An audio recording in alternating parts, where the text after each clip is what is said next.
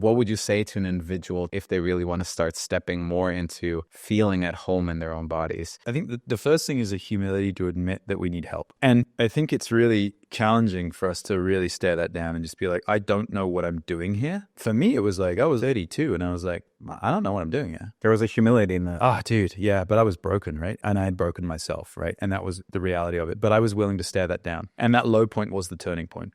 And it required me to have actually made choices consistently in my life that had humbled me so deeply that I had to stare it down and be like, I need help. And then I think the next thing is to figure out like, who is able to help me? What would that person have gone through? And what would be a skill set that would be useful?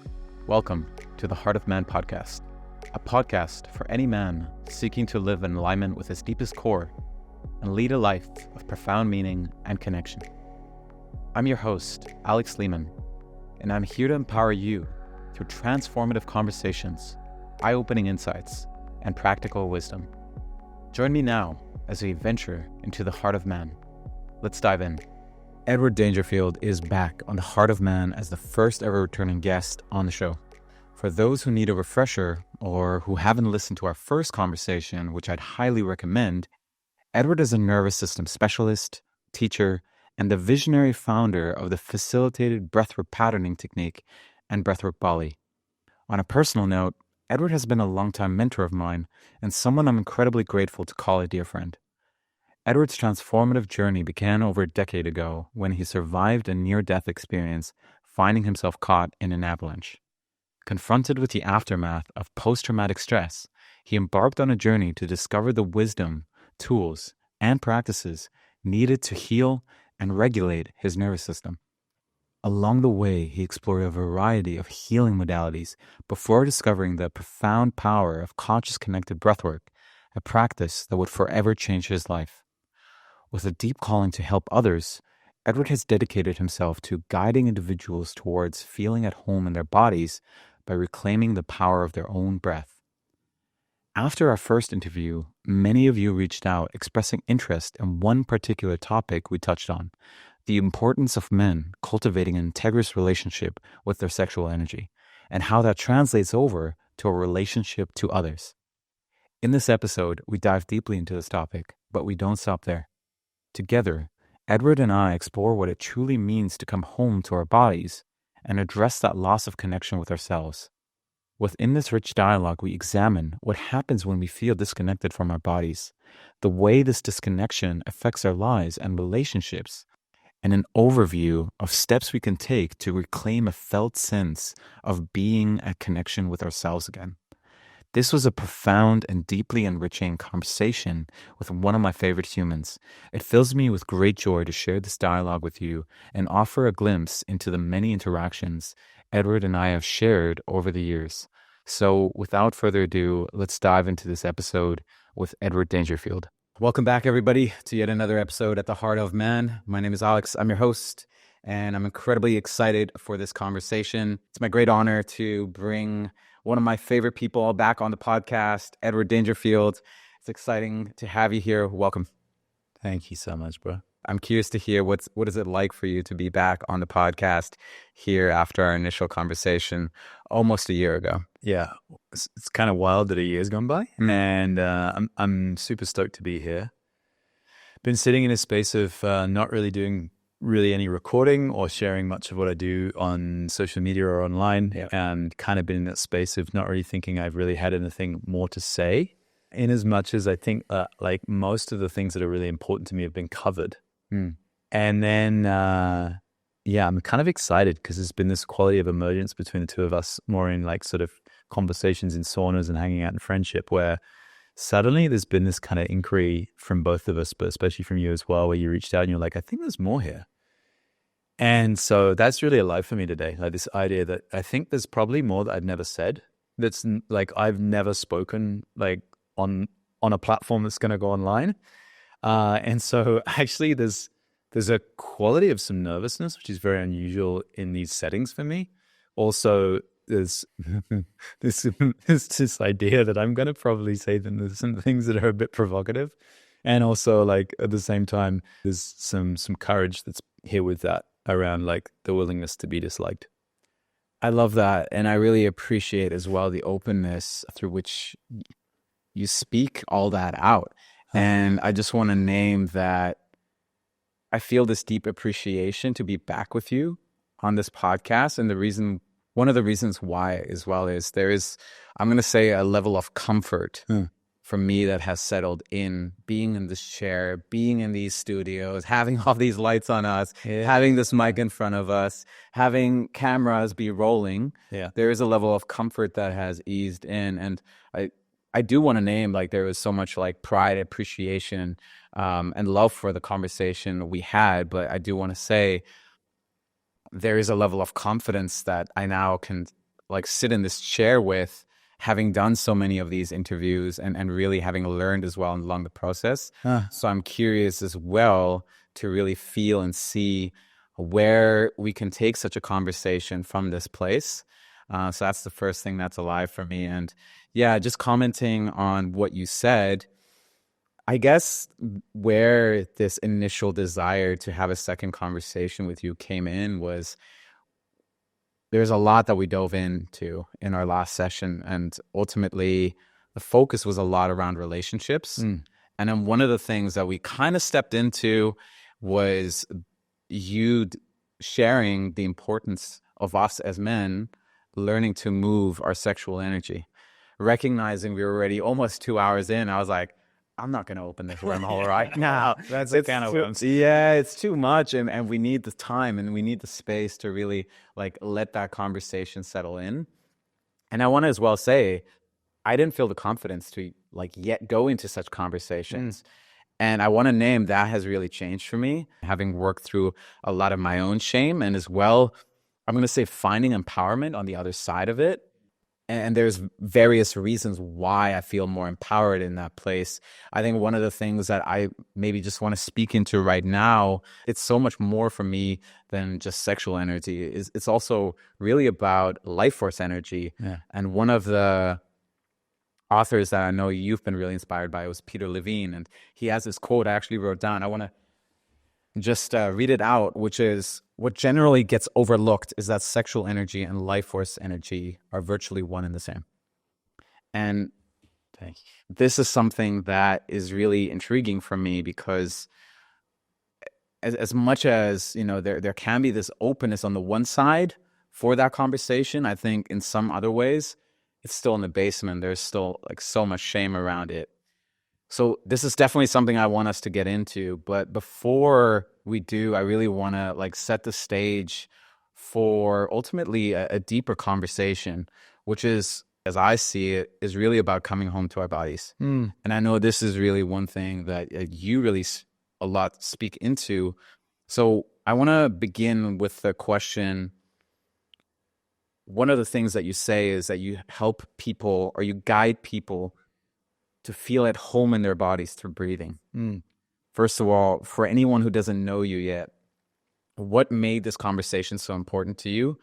And knowing how discerning you are with your time, why is that the most important thing to you, to help people feel at home in their bodies?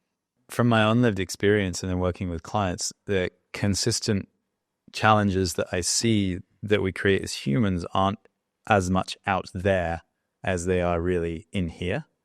And the thing that I was most scared of was really feeling myself, was actually feeling what was going on within me for a variety of different reasons, but mostly conditioning, right? Yeah, upbringing, society, culture. And I was so limited in my ability to engage with life based on mostly the fear, but also the guilt and shame that I had around secondary emotional experiences. Even things like, you know, the fear of my own power, the fear of anger, the guilt of anger, the shame of anger, the ways that I was doubling down on relationships within my emotional system was leading things to basically be tensioned within me. And that limited my capacity to engage with life and led to pain, discomfort, tension, and then ultimately suffering. And I connected deeper to something within me, was very deeply present and has been my whole life, which is this sort of acknowledgement that this feels really like what I'm here to do. Like some people are here to, write poetry or make food or lead. And I just acknowledge that really what feels so right for me is to work with humans in embodiment and the reclamation of themselves in a very holistic way. Yeah. Beautiful. And it's interesting because I really feel that this thing that moves you and this thing that really you feel guided to do in your life is ultimately the thing that as well is driving me in so many ways, which is as well probably one of the reasons why we feel so deeply connected to each other. And one of the things that I'm curious about is you kind of already spoke to this general overarching topic of embodiment. And I feel it's ever emerging now, especially at this time, because I feel like we're really starting to recognize the importance of it. So I would love to just maybe set the stage of asking the question, what do you see ultimately is embodiment, and why is that so important, perhaps specifically as men? Thank you, bro. Yeah. Overarchingly, like the ability to tune in to the underlying rhythms, qualities, sensations, emotions that's present within us, and to have an awareness of the functionality of our systems from the more obvious or gross, such as musculoskeletal, right the way through to some of the organs, digestive system, as we're touching into reproductive or sexual energy in general. Also like the quality and state of like, how are my kidneys and liver feeling? And then, how is breath moving through my body? And so I think it's that ability to actually drop in and listen more deeply to the body. And then, have a certain level of discernment over what do I do with that? And so then it's like that deeper quality of embodiment is knowing that we've got a variety of different courses of action that we can choose to better like regulate or harmonize our systems. And so like, I think, a deeper sense of awareness or embodiment without tools to create change actually worsens our level of suffering.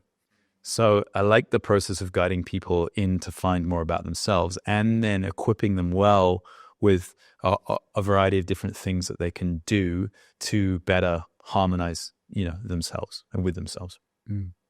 What happens if we don't pursue this, and whether it's our conditioning, whether it's our life experiences that guide us into, let's say, disconnecting from our body and our physical sensations and how life is ultimately moving through us internally?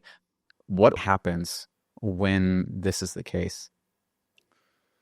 If we were to take breath as the example, 23 to 26,000 breaths a day, and if we're not breathing well, i.e. dynamically, or we have some qualities of dysfunction in our breathing, which could be multiple and deep and layered, if we take the principle of compounding interest and we take 23,000 breaths a day and we multiply that out over a few years, we're going to acknowledge that it's going to create other limitations and or strategies in the body.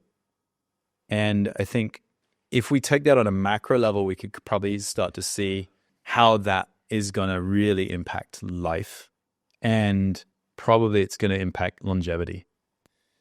And as we start to explore that with some more sort of like more of a scientific lens, we could start to bring together quite a few different articles and start to see how it's impacting metabolic health. And that's going to have a lot of downstream consequences later on in life.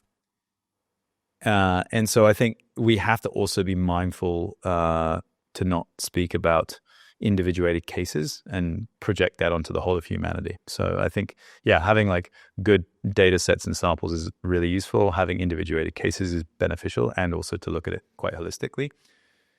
In terms of men, I mean, I think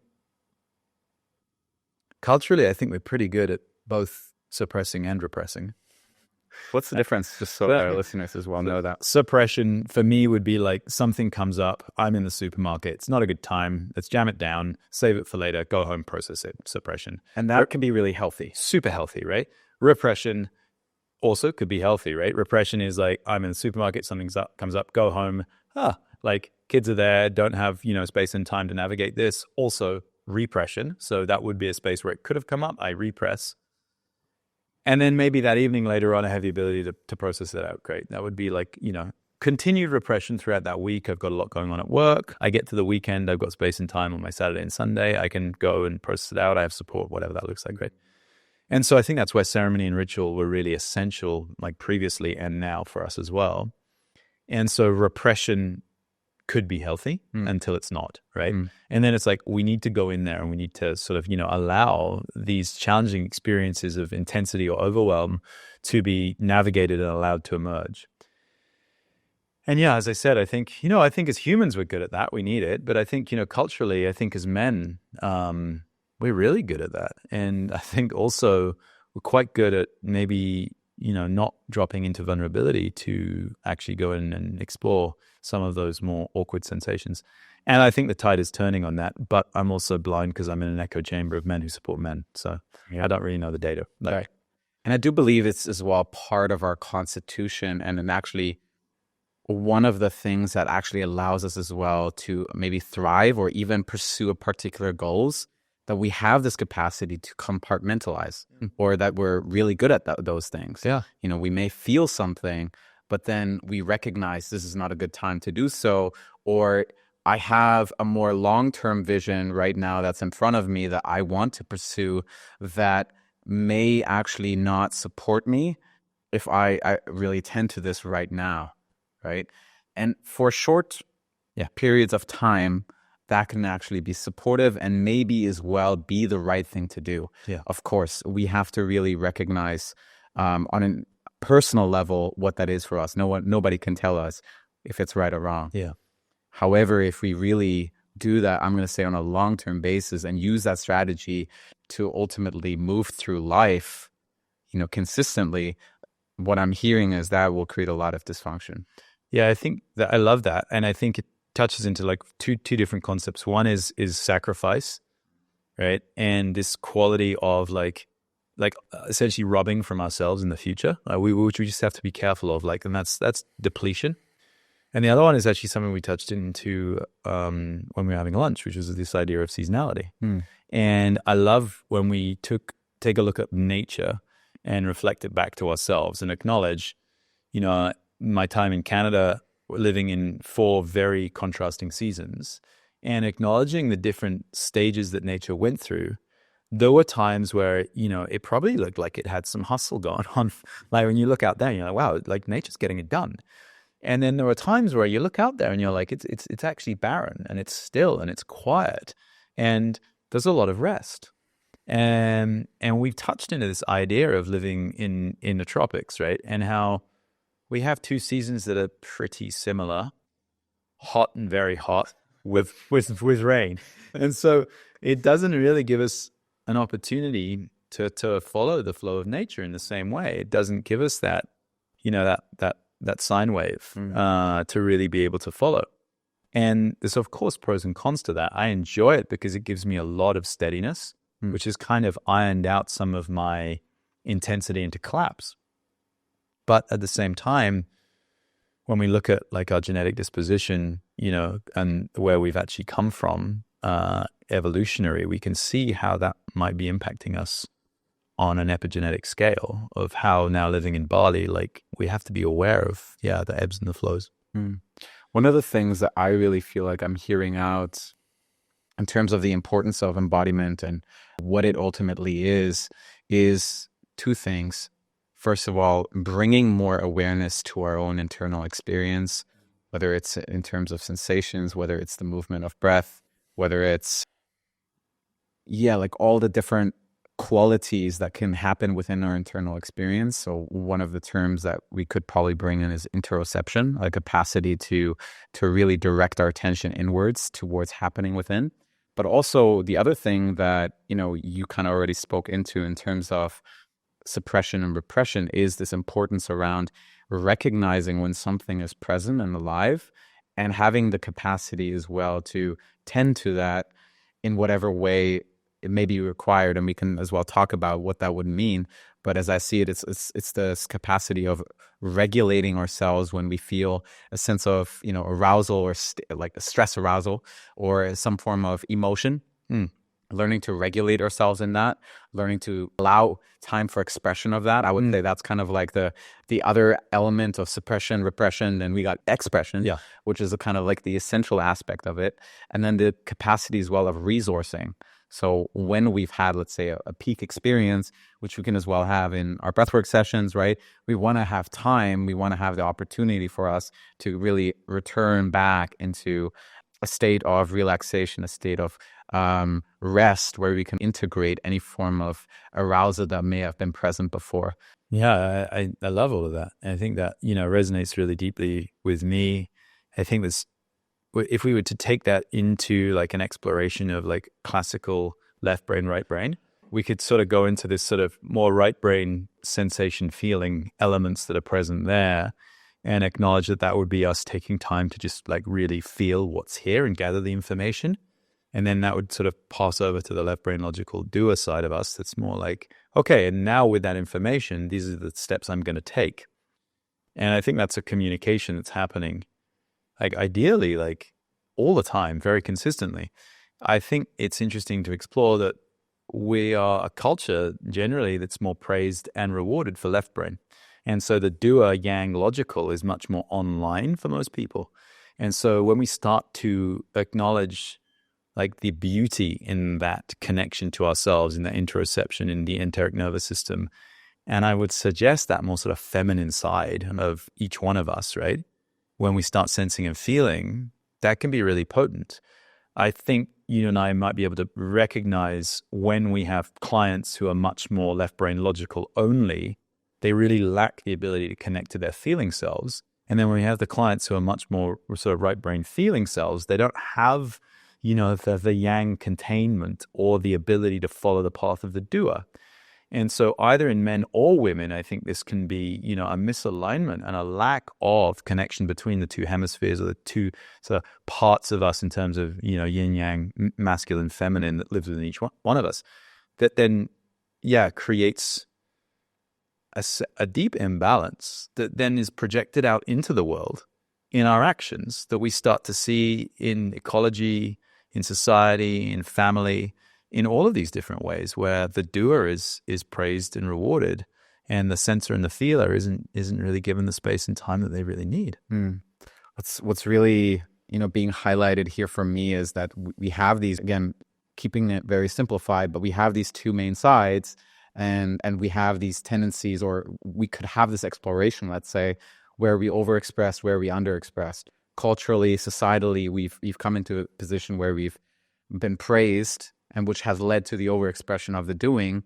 We have maybe disregarded the value of more right brain activities, which has led to its underexpression, which we can now see as the disembodiment in our culture, which now is ultimately, like, in the conversation we're having, it's increasing, and people are really starting to recognize, I'm going to say, the value of it.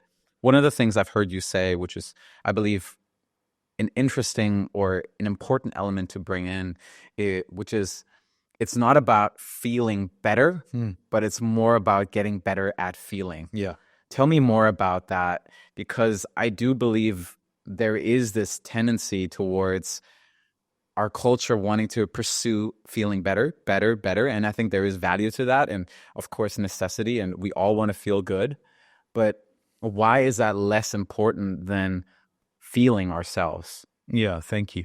And the first thing is, I stole that quote from another breathwork practitioner, so I just have to give that one up, right? But it's very relevant, just to give credit where credit's due. I think, one of the interesting things about people that start working with me is, sadly, the first thing that we're probably going to do is feel a lot more discomfort, right? Because when we look at emotional states, our tendency and motivation as humans is to move towards what feels good and move away what doesn't feel so good, right? And that's great, right? Our emotions are there to guide us. And so if we have this clinging, gripping, and movement into what is feeling good at the expense of avoiding what's feeling bad, we are in a sort of a cycle that gets more into hedonism than it does into like a holistic way of really being with the entirety of the human experience. And I think there's a lot here, but essentially clients that have achieved a lot in their life, in that doer, they start to acknowledge that they're still miserable. And that's about the time that people start wanting to work with me.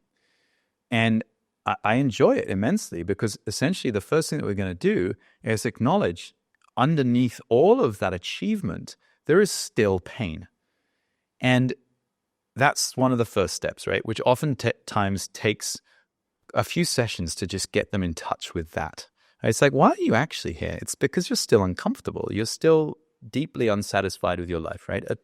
And so when that has actually been excavated, the next part is actually the willingness to be with that, like really deeply. And so I think, unfortunately, this path initially is one of deeper challenge to a degree, right? And then what it allows for is the greater liberation of us to actually hold ourselves in the intensity as it's coming on. So I do like, there is this quality of intensity building, and then suppression, repression, excavation or expression, and then a contemplation. And then another opportunity to see, is that still here, right? And what I like exploring is that sort of the stimulus to response. Like when there is a stimulus in life, has my freedom of choice increased in that moment? And a lot of that is coming from my perception that's below my level of awareness. And I think that requires me to get in touch with my pain, to get really clear that I'm no longer avoiding it, that I'm willing to also be in, sometimes the fear, guilt, or shame, some of those heavier emotions, to do the right thing in that moment. In the short term, that might be very challenging, but in the long term, it's going to pay off. Yeah. And I think that is ultimately the movement away from hedonism into this more holistic worldview of following a deeper sense of integrity and alignment with what we know is really sometimes more difficult, but the right thing to do. As we close out 2024, I want to take this brief moment to express my deepest gratitude for your support of this podcast. It's truly been incredible for me to watch the growth, reach more listeners, and have such impactful conversations with incredible guests. Being a very active podcast listener myself, I recognize that our time and attention is simply so valuable, and I really don't take it for granted that you're choosing this podcast among the many other incredible shows out there. This is why I'm so committed to making these conversations valuable, informative, and insightful, hopefully supporting you in the realms of men's development, emotional resilience, self-leadership, and relationships. If you're someone who's listening to this and have been receiving consistent value from this podcast, my sole ask is that you support the show by subscribing to it, ensuring that you never miss a new episode. If our conversations have ever brought you value, leaving a 5-star rating on Spotify and a review on Apple really does make a huge difference. I really can't emphasize enough that it helps more people discover this content and feel inspired, but it also plays a key role in helping me bring on new and exciting guests. And if today's episode resonated with you, my invitation to you is to share with someone who needs to hear it. Your support is what fuels this movement and keeps it growing. Let's keep building it together. And now, let's get back to our show. I'm just considering my own lived experience where I had decades worth, especially towards my teens and then 20s, decades worth of pain that, first of all, I had no idea to be with. So I had no competence, like no sense of agency. And so it felt safer, I think for valid reasons as well, to buffer that and to not go into that. Yeah. And then there was also, the cultural and societal elements that told me, to feel shame for that. And so that ultimately led me to buffer all of that. And it's interesting how this tendency towards avoiding pain, pursuing pleasure, it seems like it became even amplified. And then like I'm even considering this like Buddhist, I don't know if it's a story or a proverb, but this phenomenon of the hungry ghost. This idea that there is this ultimately like gaping wound in us where we're just pursuing more and more and more. And it's ultimately coming from this desire to be filled. But because, there is this like void in us, it never actually comes to that experience. And that's really what I felt, especially when I left Germany in my young 20s, and I was backpacking and I was traveling, and there was this deep pursuit for freedom in my life, right? Deep pursuit for freedom of, in terms of like being able to do what I want, in terms of traveling where I want, in terms of being with who I want. And while that was satisfying for a while, it never actually satiated me.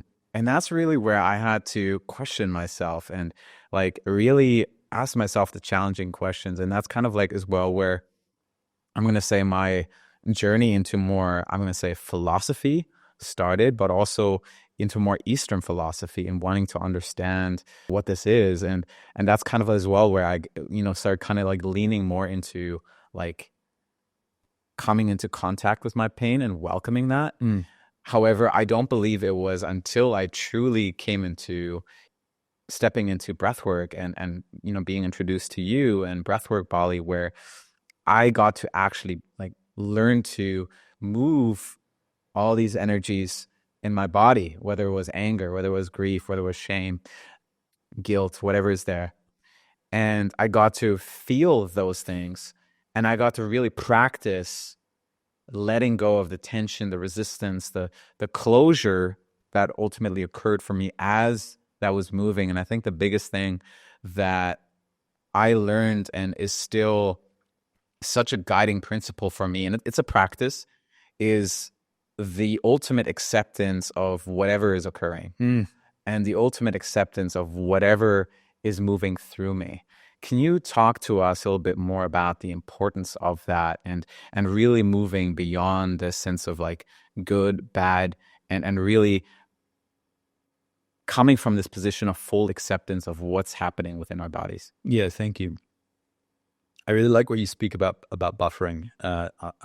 Firstly, just like buffering's so good and it's so needed, right? And the other thing that just came up as you were speaking was just, which will flow into this next piece, which is like when we approach mental conditioning in the West, the tendency is through a psychotherapeutic model that has revolved out of extensive analysis, which is again still the left brain. So there's this left brain logical approach that starts to then attempt to inquire into the feeling state. And if we sit with that for a moment, we can see the stupidity of that, because what we're trying to do is think our way into our feelings. And so your journey, came from a space of deep self-awareness and understanding from your left brain. And then as you moved into breath work, what happened was you started to more deeply feel the feelings. Whilst you might have understood them and their origins, we can have really great understanding of, this is my dad stuff coming up again, isn't it, right? Or we can be like, oh, this is this part. Even with parts work, we can have such great, here's this part again, here's my angry part, his name's Jeff, he's coming up, he's a little bit over on a ribcage. But I'm still in my left brain, right? And it actually requires me to do the terrifying thing, which is drop in and feel it, right? And to be with it as it starts to build intensity and not become overwhelmed by it or taken away by it. And so we're teaching this ability to touch in and out again, to pendulate, and then over a longer therapeutic kind of course to titrate. And we don't do that with the left brain. We do that by going into the body and clearing away the thoughts and being in presence. And so with that, I'm still very motivated away from feelings or emotions that have a negative valence and to the ones that bring me a lot of contentment and joy. I wonder if that will ever change. I hope it doesn't, right? And I think that's part of, because I remember a stage where I was attempting to avoid that, right? Which created a lot of cognitive and emotional dissonance within me. It was much more of a neoclassical yogic path, right? Which was more suppressive in its nature and repressive in its nature than it was expressive in its nature. And so I think, I confuse deep connectivity and safe expression with another layer of repression and management. I could say it was like a managing style part that came online within me that then had a bit of a spiritual cloak or a skilled or nervous system regulation cloak on, right? But really all it was doing was managing my parts again. Can you give me an example? Say, like Jeff, my angry part comes online, right? And I start to feel that. I would move into a process of connecting to it momentarily, but then I would very rapidly move into the left brain again and start to really understand why it had come up. And whilst there might be some compassion there, I'd be like, oh, I see a boundary was crossed and I see the innocence of the other person and I want to reinstate the boundary, which is why this has come up, right? And now I'm going to compose this very well-crafted nonviolent communication statement to the other person, expressing the emotion in my knee and what it is, right? And that's beautiful. And the course has been corrected. But what I failed to do was actually be with my anger fully, right? And so whilst, the course was corrected and in that moment, that relationship was a lot healthier as an example, that person was now meeting me differently. All I'd done was avoided the trigger in that relationship. But the next person that comes along and operates in that very same way to me through their own innocence as well, because I still haven't yet fully been with the anger, I have to go through the whole process of the nonviolent communication script again, right? And so I've just put a Band-Aid on and delayed like the natural difficulty that life's going to keep presenting me these situations until I've actually learned to sit with my anger. Yeah. And the thing I want to highlight here is that if we don't sit with our anger, we'll never feel, first of all, safe with it. Yes. But also it won't give us a sense of, I'm going to say, confidence in feeling that feeling. And through when I recognize, let me just maybe use my own personal experience with this. The more safe I felt in my anger, the more I didn't need to push it away. Thank you. And I felt confident. Yeah. There's a confidence that came with that. Yeah. And with that confidence, I was then able to, I'm going to say, take more appropriate choices of how I wanted to move forward with that anger. Yeah. Right? It gave me more avenues. Yeah. Outside of the maybe nonviolent communication approach, which is maybe like the one way to do it in order to not like break the glass. Yeah. There was other ways that allowed me to feel more in connection with myself. Yeah. Beautiful. One of the things that I would like to just hone in a little bit more into is the importance and maybe as well the pain of not feeling in connection to ourselves.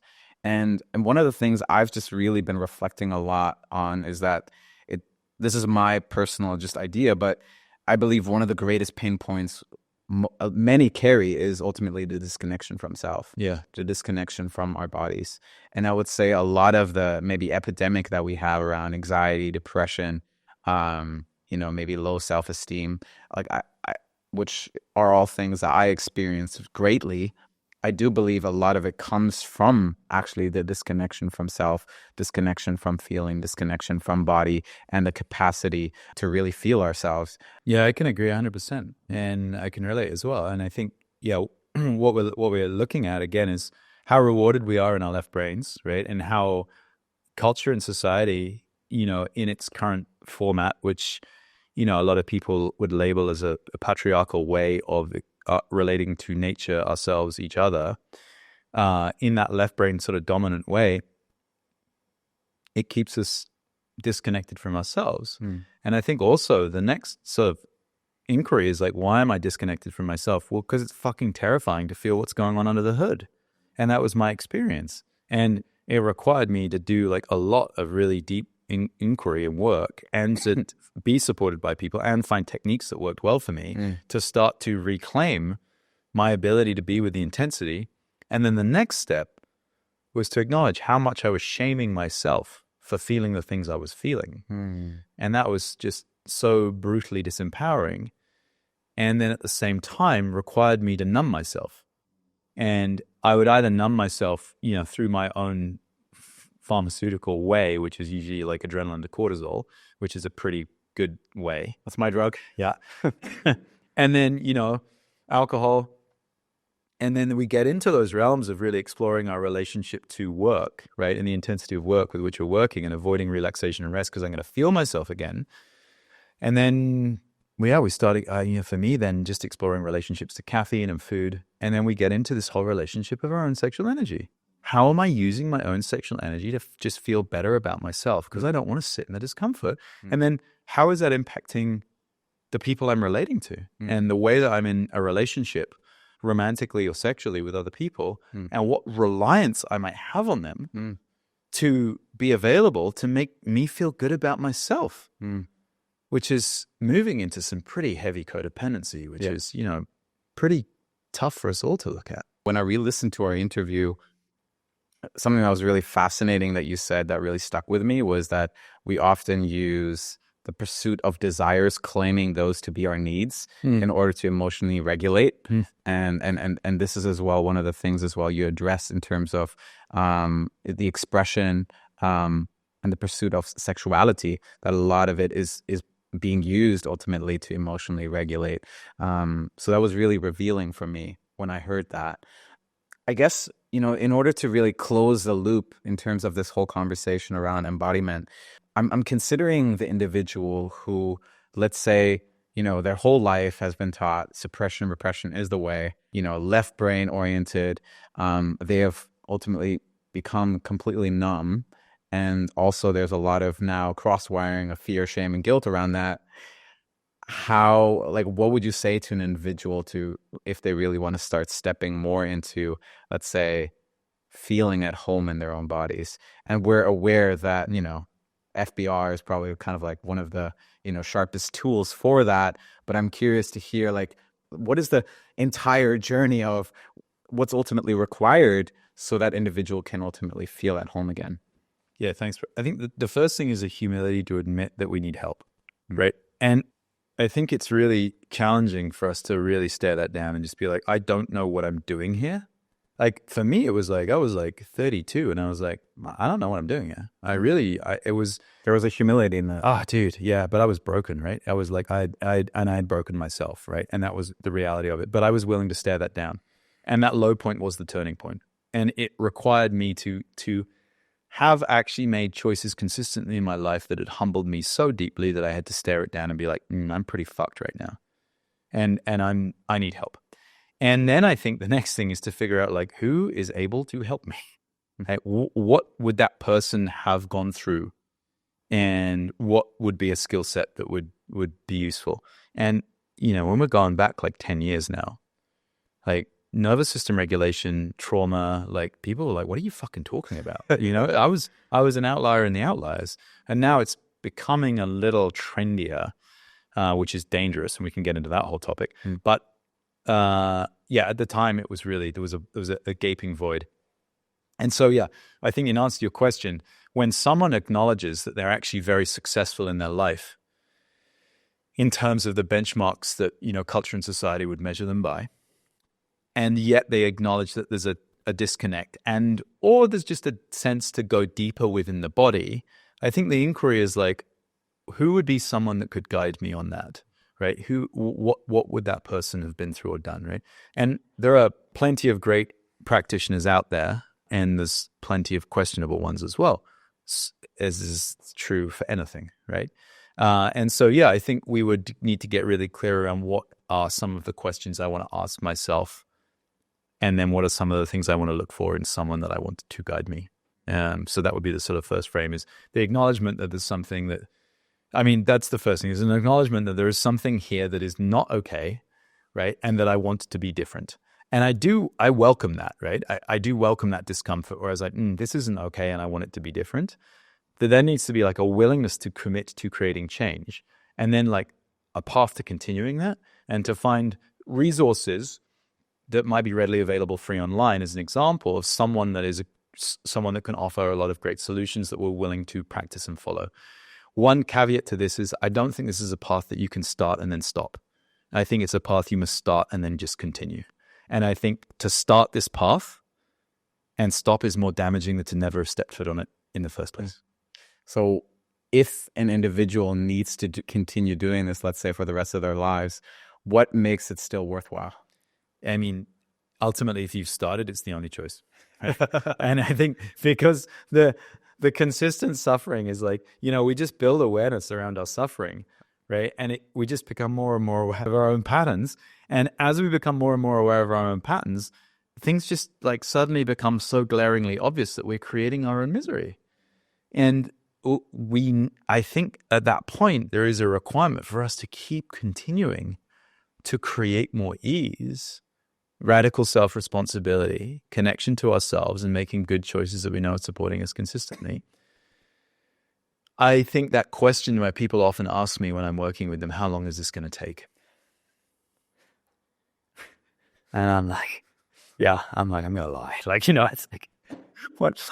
I'm going to decline to answer that one. It's like, what do you mean by this? Like, we have to frame this up, right? And, ultimately, this is where when we're looking at these practices, like, this isn't a New Year's resolution.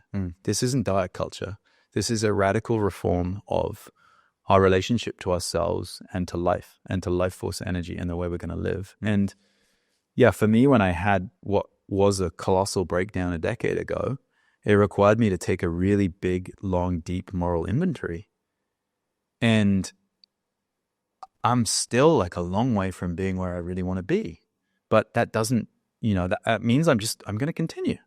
And there are days where my head drops and I become disheartened, but I connect back to the fact that like this is the only path worth walking. I appreciate you sharing that as well so openly. And I can very much relate to that as well in my own experience. And it is more of an existential conversation, ultimately. I think, in terms of the individual who may ask themselves the question, how long will it take? I think there is this longing or pursuit for certainty. Yeah. Because the certainty gives a sense of feeling of control or maybe safety. Yeah. Which you'll never get. To the degree that part of us is seeking won't be present, right? Well, that part needs to soften back and find the other parts that are courageous and willing to be in and with the dance of life. Yeah. And when we bring those online more fully, we create a greater capacity to be with the uncertainty as opposed to the striving or clinging or gripping for the certainty. We can be certain of quite a few things in our life, especially when we deeply trust ourselves. And that, I think, comes from embodiment. And so when we start to connect into the things that we can trust, that softens the challenge and arduous nature of the journey. I think also there is a tipping point where it's just not so fucking difficult. Like there's this moment where it's like, oh man, like this is just actually, it's still a challenge, but it's just a bit easier. That was a few years for me. Everyone has a different start point. We're unpacking different things.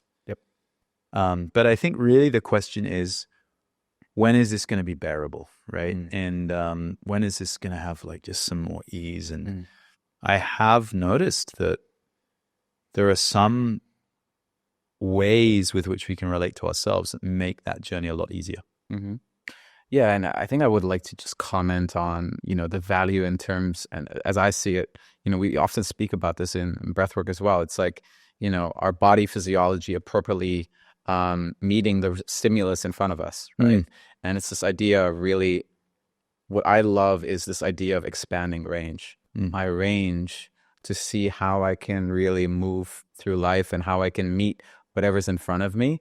And that range gives me deeper agency, deeper confidence, which allows me to feel as well more joy, And so, and it gives me as well a whole sense of wholeness. And wanting to pursue wholeness will require me as well to accept grief, accept shame, accept like anger, all of those, betrayal, whatever is there. I actually had to lean as well more into that when I wanted to pursue a life of deeper joy, curiosity, playfulness, vitality. And while I may experience both of those in my spectrum, the resistance to the more negative, in quotation marks, is less, which actually make them so much more bearable. The essence of it is I experience more meaning. And I think that's kind of, and more aliveness as well.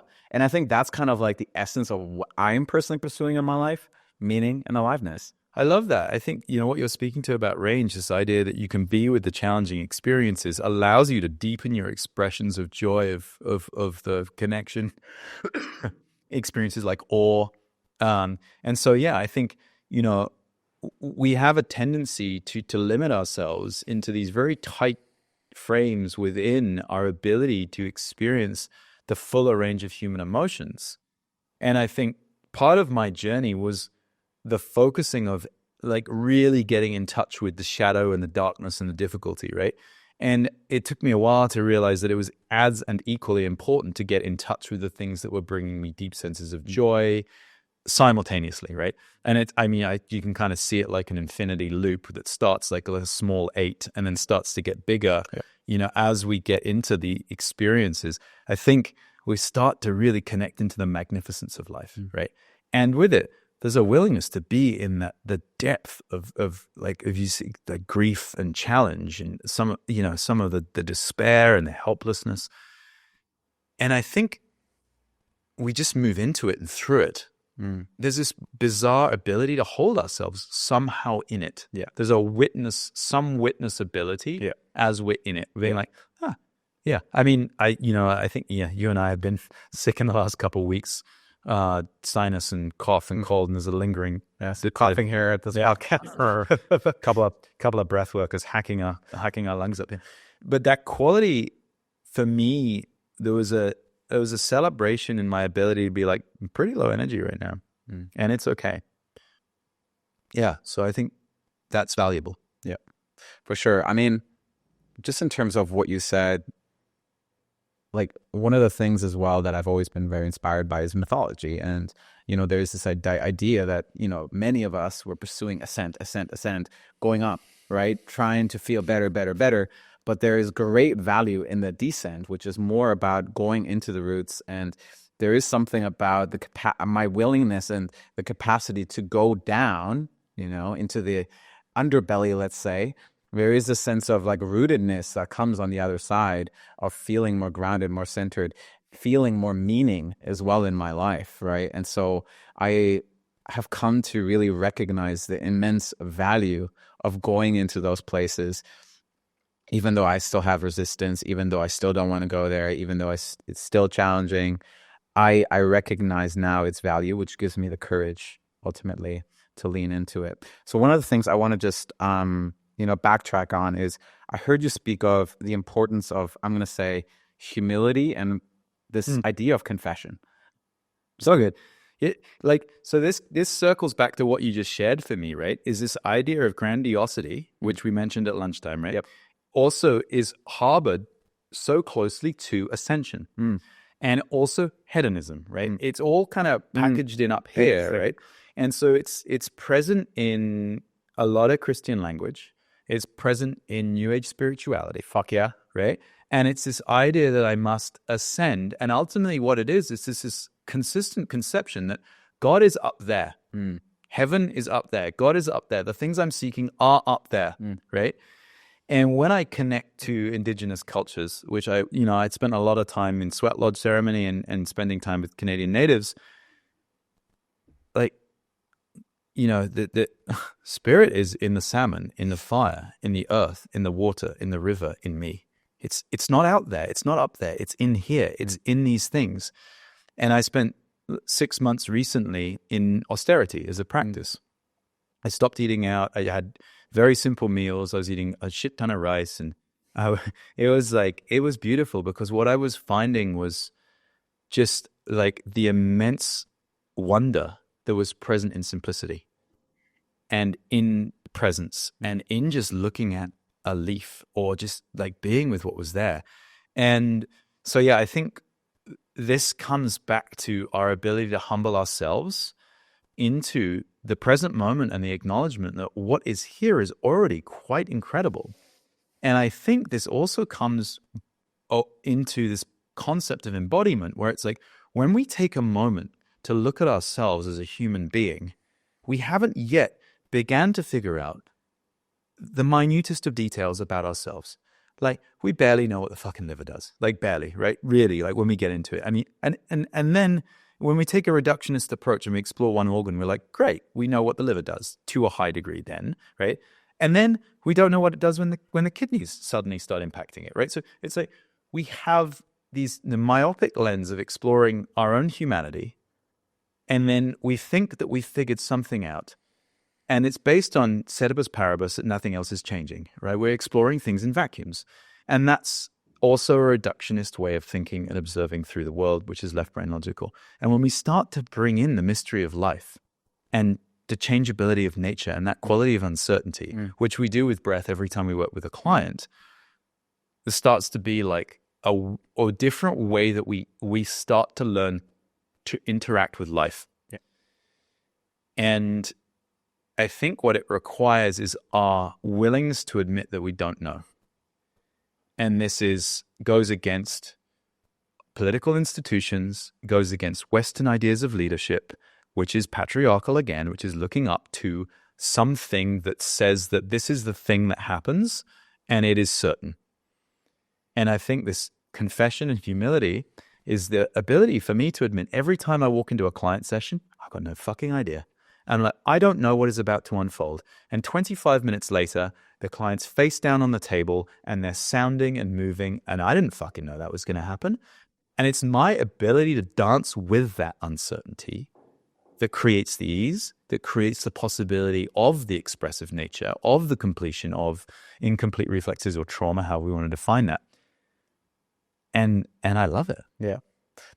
There's a confidence that we can cultivate with the unknowingness, the uncertainty. And that is actually ultimately what is supporting us and guiding us. Yes. And that confidence comes from the willingness to admit we don't know, but we're also okay with that. And we're willing to be with that. And that's very different than a confidence that comes from a false sense of certainty, this proclamation that what I'm saying is absolute truth. Mm-hmm. Yeah. And it's sticky because in saying that, it's not true, right? So it's like, oh. Yeah. Let's close the loop with the individual who, let's say, is on a journey of wanting to feel more at home. So what I heard you say is in their bodies. What I did hear you say is confession, humility, and then the pursuit or the exploration for guidance, mentorship, support is so essential, so needed in order to really trespass that part of the chapter. What else is really needed, and what else, and maybe you want to speak as well to your own personal experience, what has been important for you to really establish deeper connection to yourself again? Yeah, thank you, bro. I think if we look into nature, right, there's this quality of expansion and contraction. Mm-hmm. And then there's this two forces that are happening simultaneously within our breath. There's the inhale and there's a containment of that. And so it's like this expansive yang quality and then a contractive yin quality. And then there's this vibrancy of life that is bubbling up and then a containing of that within us. And I think it's the ability to honor the cyclical nature of expansion and contraction and that need for integration, that need for things to just sort of lie fallow, or for the winter, for the snow. And in my own journey, I acknowledge where I have been most challenged has been my inability to rest or to allow the openings and the explorations to soften back. And I think that, that's a deeply ingrained pattern within me, is just to acknowledge the beauty in what appears to be nothing, which is the stillness, the beach walk. The no need to, ultimately as well, right? This pursuit of more information or education is in and of itself a strengthening of that left brain and a desire to know more instead of just being with what's already here. And so I think that's also something that I've been really aware of. And so, whilst we're hoping to cultivate more practices or knowledge, there came a point in the last couple of years where I was like, I don't really need to learn any more technique. I probably just need to practice it myself. Talk to me a little bit more about that value of, let's say, what I'm hearing is you place more importance on the experiential and feeling it more with yourself. Where is a tipping point where that is more important? Because, ironically, one of the things that you as well spoke of is the importance of really receiving that support and maybe having, information from the outside come in. Where is that tipping point where it's really more about, I'm going to say, really following one's own inner guidance and, really one's own inner inclinations and really, I'm going to say, following the rhythm that happens with us, because that's one of the things as well that you really, I'm going to say, spoke of in terms of the expansions, the contractions, the inhale, the exhale, and I really like as well how you frame that. So I'm curious to hear what your thoughts are on that. Yeah, thanks. I think this is one of the most difficult things that I've navigated myself and that I work with on clients, right? So the first one is quite oftentimes what we think is going to really serve us is wrong. And quite oftentimes what we're feeling isn't the best guide for us. And so I think the depth of the work that we really do is to strip away the cognitive dissonance or the misperceptions of the mind, the fallacies, like binary thinking, like black and white thinking, reductionist approaches, call to nature fallacies. These are all things that the mind loves. And that we do, based on certain beliefs that we might, deep-rooted beliefs that we have, we start to look through the lens of those misperceptions. So clearing those away, I think, is really important. And simultaneously, this idea that follow your gut, it's like that unfortunately can quite often be wrong depending on what is familiar to us from conditioning. Yeah. And so if we haven't felt vibrancy in our lives, that can feel fucking terrifying. Yeah. And so there, I think we need someone in a reflective way to sort of compassionately hold up a mirror to us to show us where we're getting in our own way. Because likely we're just in a cycle or in a loop that feels very comfortable and is all we know, and we don't know that there's something else that's available. And so, yeah, I think that's sort of the depth of work that we're doing in the containers that we're exploring in one-on-one or groups with clients. So I think that's really important. One of the things that you emphasized in our last interview was this idea that for most individuals, for most of us, our own emotional compass is in some way, strongly said, fucked. There's something about it where we're not appropriately responding to the stimulus that's ultimately happening within us. And a lot of it is due to our conditioning and this cross-wiring of emotions such as fear, guilt, and shame with those, I'm going to say, very primal physiological responses that are really coming up. So one of the things that I actually am really drawn to get into with you is exploring some of these more, I'm going to say, shameful emotions, those emotions that many of us are shadowed, especially as men, and really assessing a more, I'm going to say, appropriate way of looking at them, but as well wanting to understand the value of them. And that's something that I'm going to say has greatly served me. Like even exploring, I'm going to say the biggest one for men is shame, and really learning as well the value of these emotions and really understanding what are they actually here for. Because I feel it has a purpose.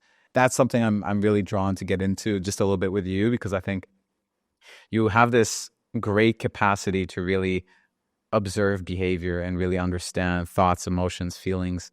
And so this is something that I believe could be really valuable for our listeners. And from there, I see kind of the great value for us to kind of go more into our, I'm going to say, more like some of the strongest biological urge, which is the procreation, our sexual energy, right? So talk to me a little bit more about some of these emotions that are present that you see are being most shadowed, especially around men. Yeah, thank you, bro. Well, I think firstly, just the acknowledgement that we have these abilities to sense and feel into these emotions that have evolved within humans due to our ability to cooperate. And so what sets us apart from a lot of other, forms of life on the planet is that we work so collaboratively and collectively.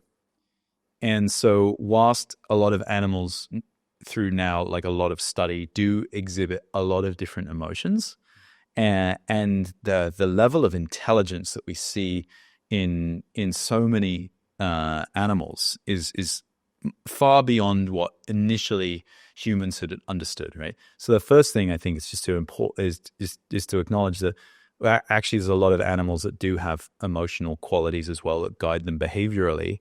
The reason this has evolved is for pack mentality or for pack structures. And what it has allowed is for us to create cooperation and collaboration, right? And it creates ways that we learn how to behave in such a way that keeps us in. It keeps us in relationship. Very interesting. Right? And so shame is one of those things that also has a function and a purpose along with guilt. That and fear, right? They all have a purpose. And they have, if you look at our evolutionary process, they are still with us because of how we've evolved. I think what we're starting to touch into now in these explorations in terms of both like modern neuroscience and the understanding of endocrinology is that our relationship to our emotional body and our feelings have now been impacted so greatly by the last 50 years of development. And so we're now living with a lot more different technology and ability to relate in very different ways. And our emotions have not evolved. Like our hardwiring has not evolved. And what has evolved is our conditioning. And so we are taught how to relate to our emotions. So the emotional capacity is fairly similar across humans, but cultural norms change the way that we relate to the emotion. And we see this when we start working around the world with different groups of people with breathwork. Recently, our explorations in Singapore, as an example, reveal that there's a huge amount of capacity and resilience in the nervous systems of the vast majority of the population there. It's at this point that's anecdotal, but like we might get to a point where we start to do studies and we start to look at amygdala function in the Singaporean population, and we find that actually they've got a large emotional capacity. So I think the acknowledgement is we are taught how we relate to our emotions. So this is a secondary step, right, which is the conditioning to the underlying physiology that's present. And each human has a variance in the physiology as well. And so we now start to create these secondary relationships of how we think or perceive about an emotional response within us, i.e., do I welcome it or do I attempt to avoid it, right? And this is what we've been sort of talking about, suppression, repression. We can't regulate or befriend what we cannot feel. And if we have a sense of shame over a certain emotional quality, we will attempt to not feel it. Right. We'll do close to anything to not feel it, in fact, right? And I think one of the worst double downs of that is the shame of shame, which is, I think, probably what a lot of men are navigating, is they are ashamed and then they enter into this quite terrible feedback loop that they cannot then even hold themselves in the shame, so they become ashamed of the shame. And it becomes this kind of like meta spiral. What do you see some of the, like, how does that express itself? I mean, that starts to show up as real depression. Yeah. Yeah, as real, like, just an I can't, like Right. an endless I can't. Yeah. And like, I think it's also important to bring in context that along with the evolution of our culture and society, like, the world is getting wealthier and safer, but with that, the disparity is getting bigger. Yeah. And things are very challenging in the environments that we are conditioned to live within, right? Some of that would be nuclear family or employee-employer relationships. There are a lot of structures in the world right now that are keeping people very bound in boxes or in ways. And I mean, it's just a feedback loop that's feeding itself. I don't think it's as malicious as some people point out. I think it's just like stupidity that keeps perpetuating. When we start to acknowledge we are actually able to design our environment around us that can better support our own connection to our emotional body, and we start to take a responsibility for that, we start really moving the needle. I think what's difficult for me is to, say like live in London, facing the economic challenge of that city and stay connected to myself. I don't know if I'd be able to do that, and I think it's important to really stare down that reality. Mm-hmm. So coming back to shame, one of the things that seems to be evident for me that, definitely shame, but then as well, the other emotions are ultimately there in order for us to support, staying in connection and relationship to each other. And then the thing that I found, just very valuable as a frame is that there can be healthy expressions of shame in terms of when my behavior is not, let's say, appropriate and is ultimately creating, I'm going to say, damaging impact for the other individual. Like I should feel shame for that. Yeah. Shame would be actually a natural response. Yeah. Like recently I made some very poor decisions in business and I felt deeply ashamed about them. And I had to navigate that. And thankfully, like I have a really great CEO who supported me on that journey. Yeah. And he sat with me in that. He was willing to be with me in that. And there was a lot of self-deprecation. And ultimately, a lot of it was justified. I'd made some stupid decisions. And so my emotional response was really fair. I had to sort of like, bring that to a variety of different members of the team and kind of open up and be like, yeah, I made some poor decisions on the behalf of everybody, right? And I had a choice to try and like avoid that and sweep it under the rug. What was really interesting is recently, naturally, life presented me with very similar opportunities again to make similar choices in business. And this time I declined.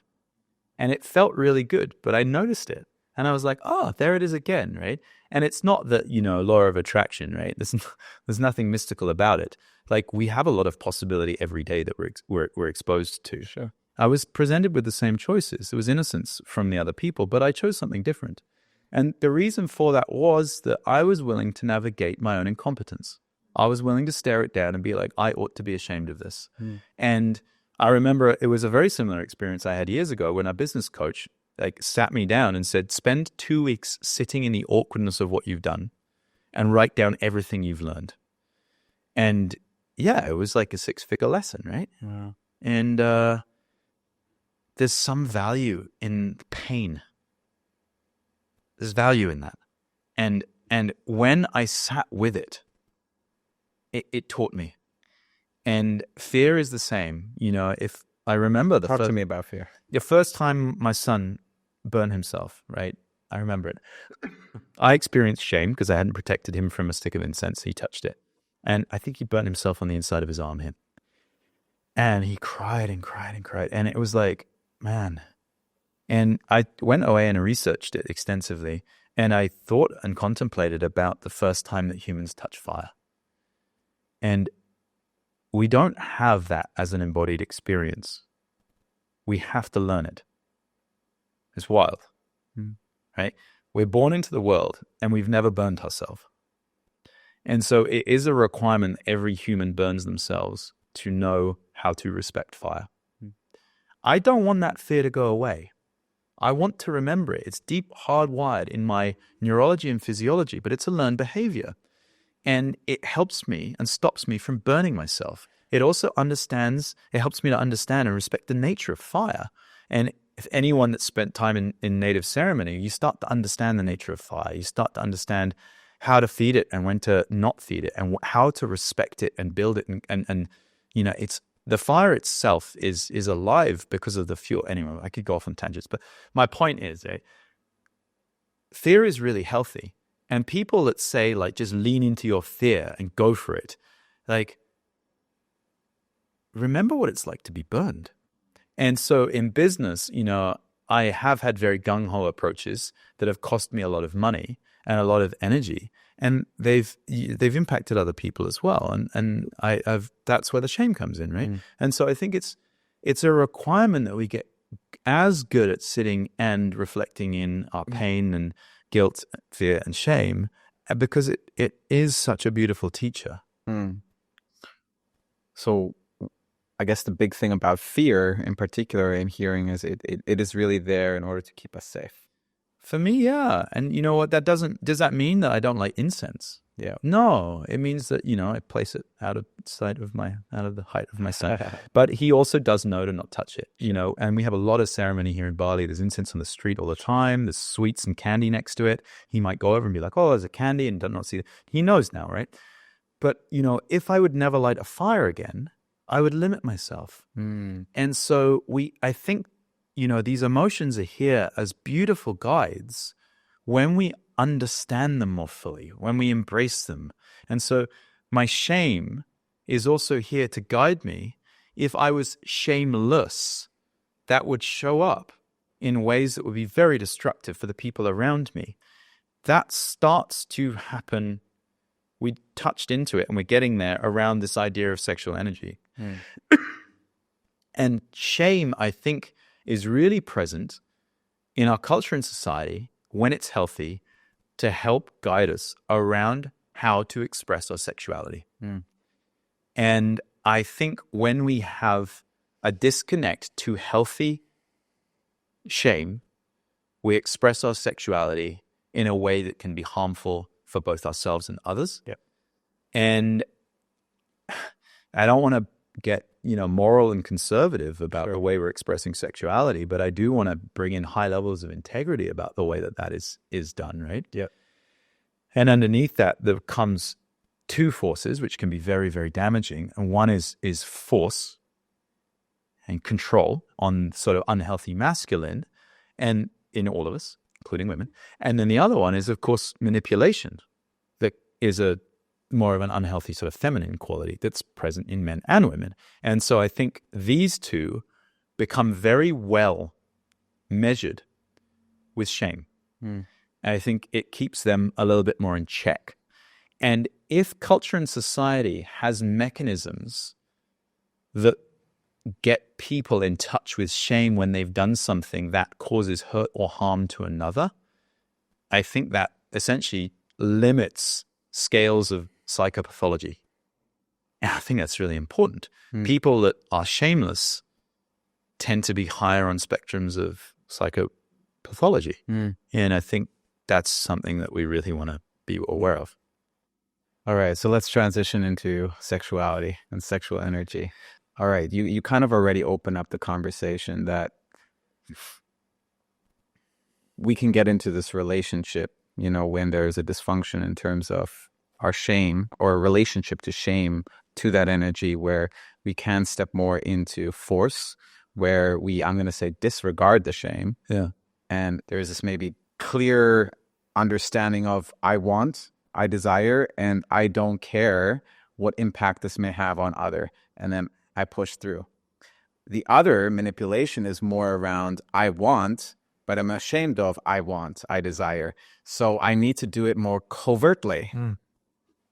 And this is kind of like the tendency that I see with manipulation. And I've definitely, had to really check my own manipulative tendencies, which were really about I'm ashamed of expressing what's here for me. I'm ashamed of expressing I desire this, I want this, or even owning that like this is something that's here for me. So if there's a need, if there's a desire that I want to get met, I'm going to do it covertly. Yeah. Right?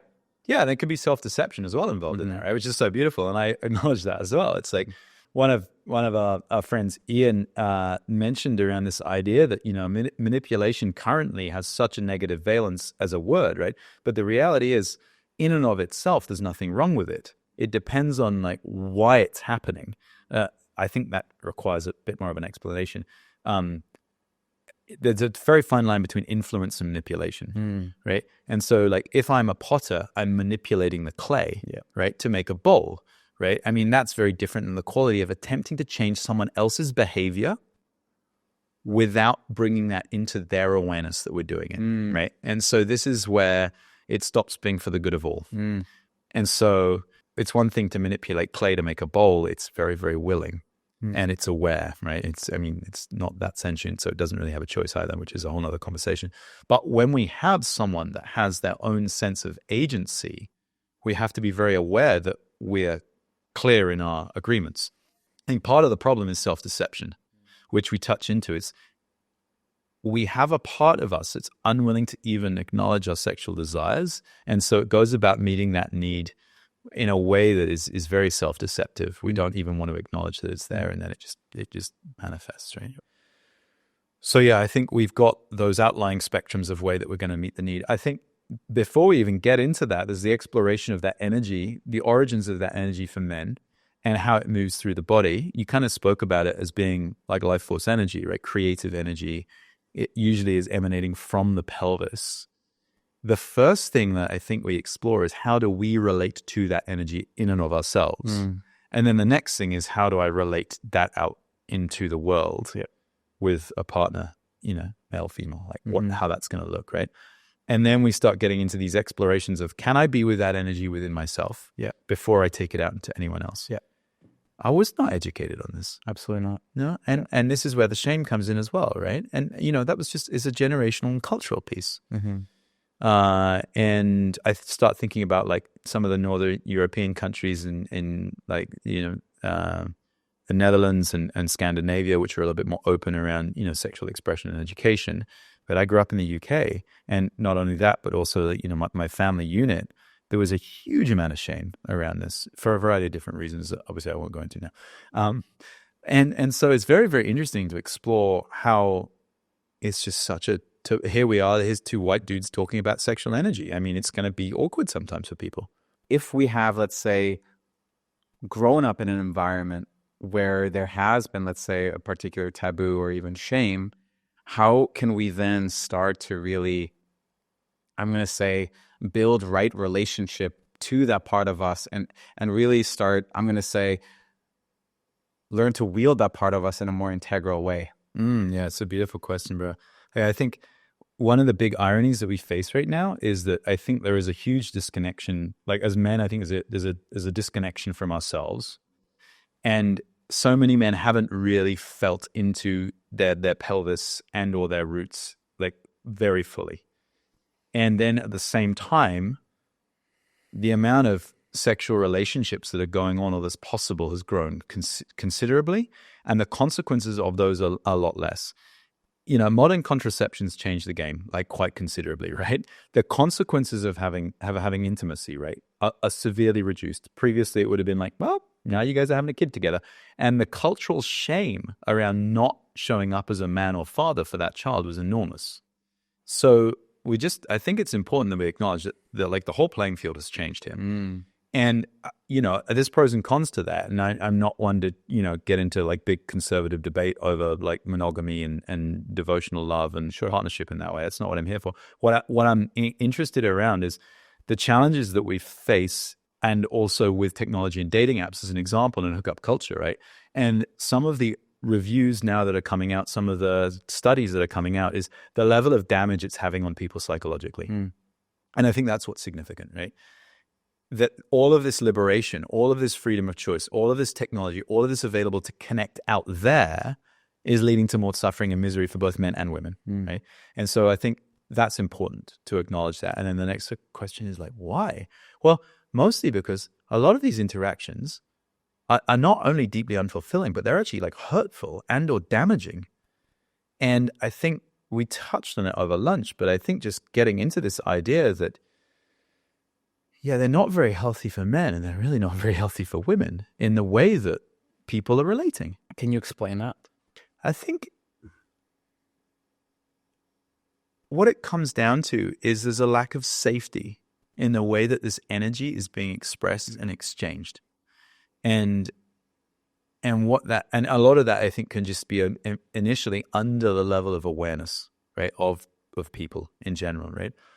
And when we come back to our biology and physiology and our nature of how we would want to relate, it's interesting to think about whether we would have had this plethora of partners, right? It's unlikely that it would have been as available. And so, with a longer life expectancy and with contraception, we're facing a different playing field. So the inquiry is like, is it healthy to change partners this often, right? And or have multiple partners in this way? And what are the impacts for us emotionally and psychologically? Each one of us is going to have a different experience in that, based also on conditioning. But when we get into like the raw physiology and biology of it, like a lot of men are out there like fucking and not very well and not really feeling their hearts and not really feeling very good about it. And I don't think that's really serving them or their partners that they're with, hey? So I think, yeah, there's something here to explore. What's arising for you in terms of really building right relationship to that energy, and as well learning how to wield it in more integral ways? I love this, bro. I mean, I think that's it, right? It's like, it's not this yes or this no around how am I expressing this. It's this question of how am I expressing this? Yes. And that becomes a practice. And two things. One is the relationship that we have to that own energy within ourselves, right? And then what is my relationship to self-pleasure and to, even just being with the energy without a need to move it, just sitting in and with that. And then the next question of, how am I in relationship to a partner and the quality with which I'm expressing that? And then we get into this whole other dynamic is what is the qualities with which they're operating? What's their level of like power, control, and or manipulation as well? Because that's a dance that we're in. And then what am I choosing? Well, what am I choosing in them and or consistently in patterns or partners, and why? And so we start getting into those questions. And so, I think it's less at that point, it's less about self-reflection and it's more about the observation of our own behavior. And so it's looking for patterns over time. It's asking for people to reflect, and it's being with, it's being with people as well. It's a relational issue. So we're probably going to get most of our answers in a relationship. So how would you navigate that in relationship? Or how can we tend to that more appropriately in relationship? I mean, the easy catch-all answer is practice, right? And yeah, I think the first question is really this really deep inquiry into what do I want? What do I want? And then the next question is, why do I want that? Like, why is that important to me? That question of how does that make me feel? What does that allow me to experience? And then the practice of that, and then checking in, like, was that true? Did I actually experience it? And so why is it that we have a desire to connect sexually? What does it allow us to experience? Some people will say it allows them to lose themselves. So that's interesting. They're using, sexual energy or intimacy as an ability to actually lose their connection to themselves. So that is an interesting idea. Some people would say it's the opposite. It's to connect more deeply to myself, right? So that's how they're relating. Those are on spectrums, and both could be true within the same intimate experience as well. We could have moments of deep connection to self and moments of loss of connection to self as a spiritual practice. Then within that, we've got how are you relating to the other person? And are you present and aware with their subtle energies and their flows? Are you present to their subtle yeses and nos? Are you in relationship to them with that level of depth and listening? Or is it that you've objectified and are focused on self, and this actually isn't even a communication? This isn't a conversation. This is just two individuals who are just, basically a couple of meat suits bouncing around, with very little regard for each other. Yeah, and this is really where we're causing, I'm going to say, a lot of the harm, and I'm going to say unsafety, especially in that area that you spoke of as well at the beginning. I think when we acknowledge we have this energy and it is here to be shared, it is a creative force, and we want to share it with someone else. We want to make sure that the way that we're sharing it is also creating more safety and connection and liberation for that other person. And so it is a relational energy when we choose to share it. And because of that, we need to be in integrity around, is it helping support this other person in a greater sense of aliveness, of freedom, of expression? Or are they then feeling terrible afterwards, right? This is something that we've really got to be aware of and mindful of, to be in integrity with it in the way that we're sharing. Yeah. One of the more challenging things, I think, is to get really clear on that expression, and then afterwards, has it actually made that person feel more alive or open or free or liberated or good about themselves in general? Or is it in fact not serving them either, even though they say that it is? So we have to sort of really get a little bit more in tune with, someone that we're relating to in that way.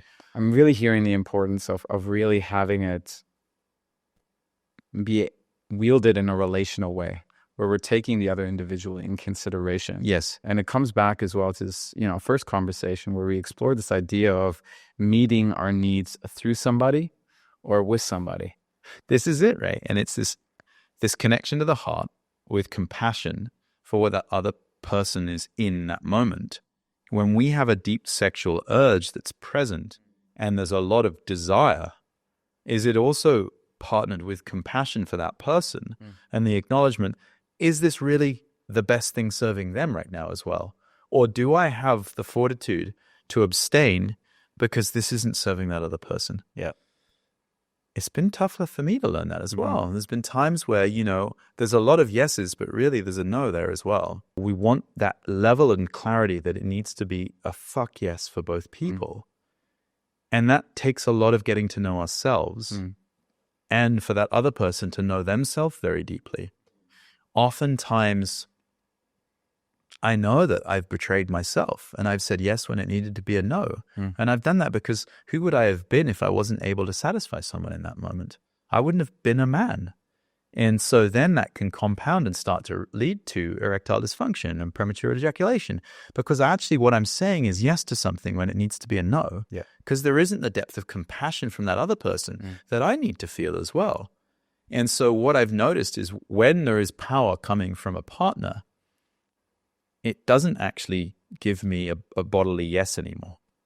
And I really enjoy that now, because instead of shaming myself for, that sense of embodied no, I'm actually like, there's a deeper problem here for us to explore, and it's showing up in myself, and it's probably something else that I'm picking up on that I haven't yet figured out.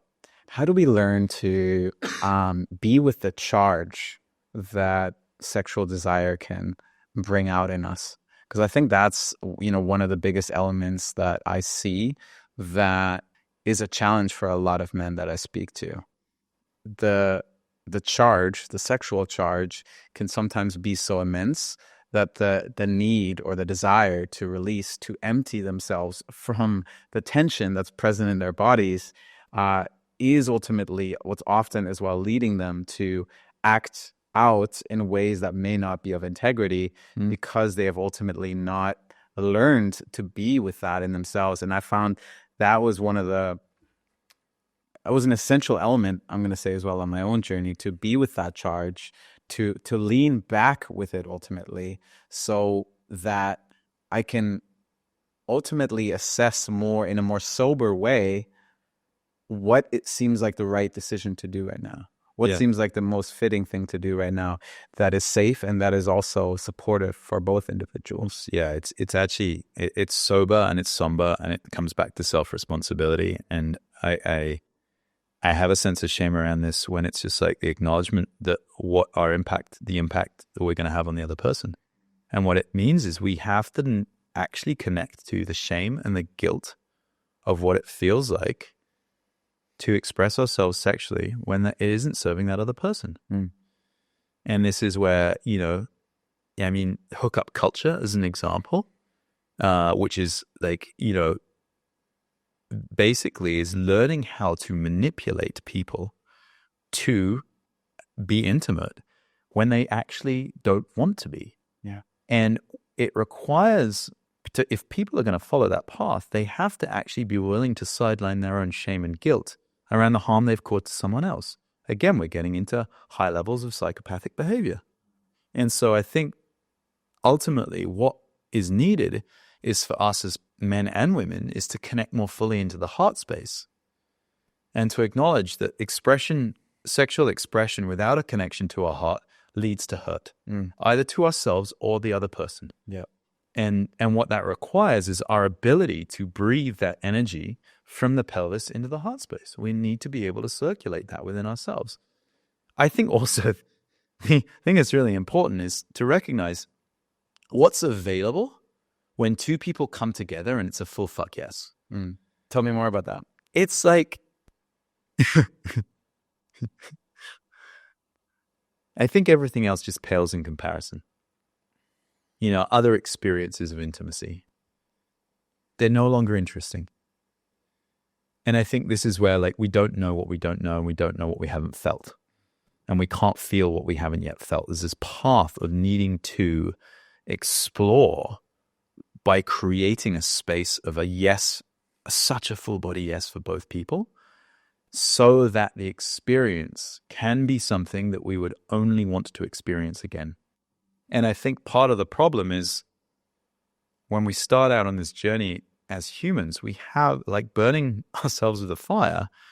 My first sexual experiences were terrible for me and everyone involved. I'm deeply ashamed, right? And I think most humans will look back on that and be like, yeah, well, like, the first time I did most things, I wasn't very good at them. It's that ability to be with humility again. And so I think, when we actually admit that we don't know, we have the ability to actually move into a space of knowing more fully and deeply. What would you say is the value that comes out when we learn how to move that energy within ourselves?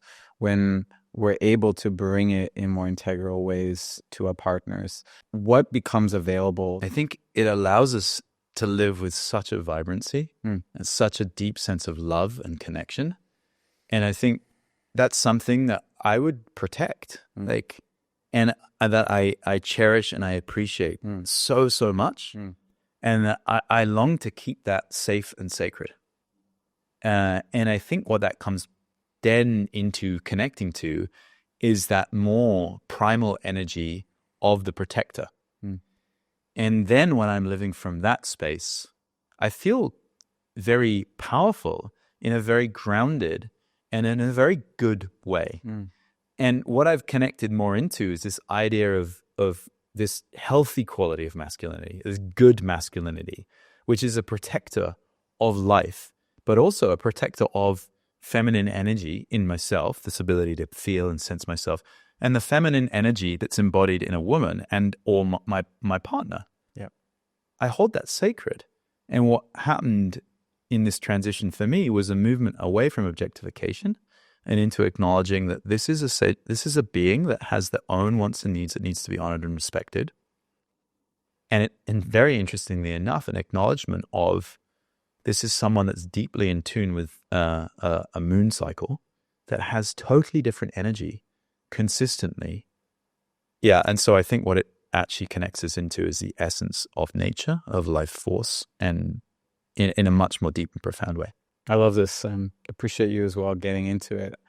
You know, we're going to be slowly starting to wind the conversation down, but I'm really curious to hear, you mentioned at the beginning of our conversation today that you felt a sense of maybe nervousness even, but also excitement in going into these conversations. And I'm wondering what makes it, I'm going to say, important for you to go into such conversations or even lean into the nervousness around that, or what is it about it that feels exciting? Yeah, I think it's touching into that shame. It's two white dudes talking about sex, right? Yeah. And it's like, fuck. But beyond that, what it is it's a relational issue, because most recently there was like, if a woman was walking in the woods, would she want to see a man or a bear? I don't know if you saw this recently. It flew around social media. Women were choosing bears. They were like, they wouldn't want to see a man in the woods. They'd actually prefer to see a bear. The statistics it was mind-blowing. It was like 85%. Wow. And there's shame that comes alive in that. Right? There's shame around being a man that starts to come alive. And I had to really dig into that. And I'm like, well, why is that? And I was like, fuck, like we have a cultural societal problem because of the way that men are relating to women. And so I think when we get into this subject, statistically, men and women, men are the less popular sex, gender, right? Women are more popular. They're more popular online, which is fascinating, right? Women talking about sexual issues is totally actually not very taboo. There's plenty of women's embodiment coaches, especially here in Bali, every second woman. But there's plenty of that going on, right? But when men get into this world, we can start becoming the target of all of those terrible experiences that women have experienced, right? And, you know, it requires me to look back on my young years as well and shake my head at myself. Yeah. And there's a humility there that needs to happen around this. And so I think, you know, the reason I'm willing to have this conversation is because of the reclamation of what it feels to be in right relationship and walk in a good way with that energy. And I think last year, if we'd had this conversation, I would have still considered myself to be quite hypocritical. And one of my teachers, Robin, he says, speak from a place where you're living and embodying your philosophy, not that you cognitively know it. And, you know, he shared the story when you know the lesson. So I think about that, and I think about how edgy it is to talk about this for me, and how I do it in such a way that I also want to respect the people that I'm in relationship with. So there's a lot there. Yeah, but ultimately I do have a sense of now what is healthy pride, which has taken a lot of therapeutic work, you know, with good support and guidance from my team, to get in touch with that energy in a way where I can actually feel a sense of healthy pride about actually being a man who wants to protect, a man who wants to love, a man who wants to express desire and sexual energy, a man that wants to nurture as well. And so, yeah, I think I'm in a place where I'm willing to have that conversation now. Man, I appreciate this, brother. And I appreciate you as well leaning into it and love as well how much importance you lay as well on this element of embodying what it is that you speak of, and really not coming from this place of just knowing something or maybe understanding something cognitively, but actually like really coming from a position of I trust myself and like I really live what it is that I'm speaking about. So yeah, really honoring that, man. And it really speaks as well to, I'm going to say, the potency of a conversation that we can as well have about these things, right? So thank you, man. Man, I really appreciate you coming along for a second ride here with me. And we dove so deeply into so many different elements, whether it was embodiment, whether it was, emotions and really experiencing the right compass, whether it was, sexual energy. So I'm really grateful, for your willingness to come along and then as well share so deeply. Yeah, man, it was an absolute honor to have you. Thanks so much, bro. Yeah. There's a certain quality that I notice in this willingness to go into these subjects that are very vulnerable for me, and just that sense of comfort that's available in this space, mostly forgetting that we're being recorded or sharing. Just so it's like you and me having a conversation. I'm probably going to go home and have deep regret of everything that I've said for a day or two. And when it comes out, I'm sure I'll have the same. But ultimately, I know that sharing this has been important. So thank you so much. Yeah, man. Thank you, brother, for trusting me to hold us in this conversation. Where can our listeners find you? Yeah, through the wonderful and dreaded Instagram. Just my name, Edward Dangerfield. Probably the easiest way. Sounds great. Is there anything that you would like to bring our listeners an awareness to? I think it just comes back to that quality of compassion. Just keep connecting to the heart space. Be it like, things that we've done when we didn't know any better, or as we keep moving forward and keep seeing our behavior and it hasn't yet changed or hasn't yet shifted, just continuing to hold ourselves with compassion and acknowledging that other people are also in that same path as well, and just continue to hold them with compassion. We're all just doing our best. Yep. Absolutely, man. All right. Thank you for coming on, brother. It was amazing. Yeah, for anyone who is tuned in for today, thank you all as well for coming along for this conversation. If you found value in this conversation, feel free as well to reach out to both of us with your questions, any insights that you want to bring in. If you want to as well share this podcast, feel free to do so and tag us. And until next time, signing off. Thank you for listening to this episode. Your time and attention is truly appreciated. If you enjoyed the show, make sure to subscribe to stay tuned for my upcoming episodes. And in case you know somebody who would find this episode helpful, I encourage you to pay it forward. Finally, if you've personally been receiving value from the show, one way you're able to support this podcast is by leaving a 5-star rating and a written review on Apple Podcasts or Spotify. Not only does this help more people find the show, but it also supports me in bringing more incredible guests on for the future. I'm your host, Alex Lehman, and until next time, signing off.